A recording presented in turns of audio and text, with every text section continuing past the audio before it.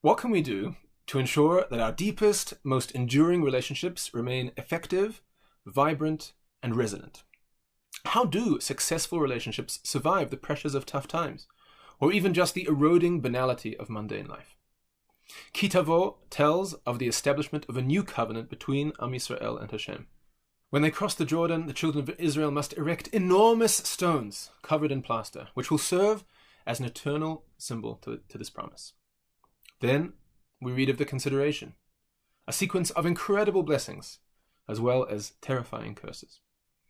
But consider for a moment the first covenant made between God and Israel, recorded back in Exodus and Parshat Mishpatim. There, the Jews made a passionate and lofty resolution, Na'aseh v'nishma. We will do and we will hear. Come what may, we pledge unyielding loyalty to God. That covenant too was hewn in stone tablets, carved not by human hands, but ma'aseh u'michtav elokim, formed and engraved by the divine. But no mention of what happens if things don't go right. What happens if the contract is broken? No blessings, no curses. God unconditionally commits to us, and we unconditionally committed to Hashem. But that was actually a fatal weakness of that first covenant. When everything didn't go to plan, amidst the crisis of the golden calf, just 40 days later, the people didn't remain loyal. They broke the covenant, and there was no way to put it back together. Moshe smashes the first set of tablets as a visceral expression of the fact that this covenant cannot be put back together. Despite its lofty perfection, that promise was incredibly fragile. So we needed a new relationship, one that accounted for our inevitable mistakes and missteps. Moshe negotiates a new covenant between God and Am Yisrael, accompanied by a new symbol, the second set of Luchot. Just like the first, this new covenant came with more mitzvot, the entirety of the book of Leviticus, and crucially, blessings and curses in Parshat Bechukotai. This covenant could survive a crisis. Even if things got tough, even if we let each other down, we have a way to get through it and move past it.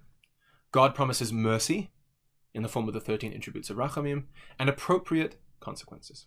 But for covenants of this kind to be truly effective, they can't be just a flash-in-the-pan historical moment. They have to be reconsidered, reaffirmed, and recommitted to anew from time to time. At times of massive change and transition, wholesale rededication might be called for. And so, as they're about to cross the verge of Jordan, Am Yisrael and God reenact that covenant, complete with a new set of stone tablets to be set up in Eretz Yisrael. Later in Jewish history, after the destruction of the first temple, Ezra and the returning exiles recommitted themselves to our national covenant.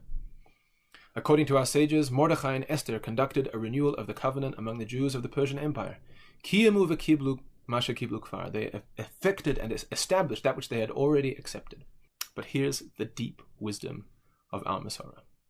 We don't need to wait for those rare historical moments to reflect on the state of our relationships. In fact, we mark Yom Kippur every year as the Day of Atonement because it was on that day, on the 10th of Tishrei, that Moshe descended from Har Sinai carrying the second set of tablets.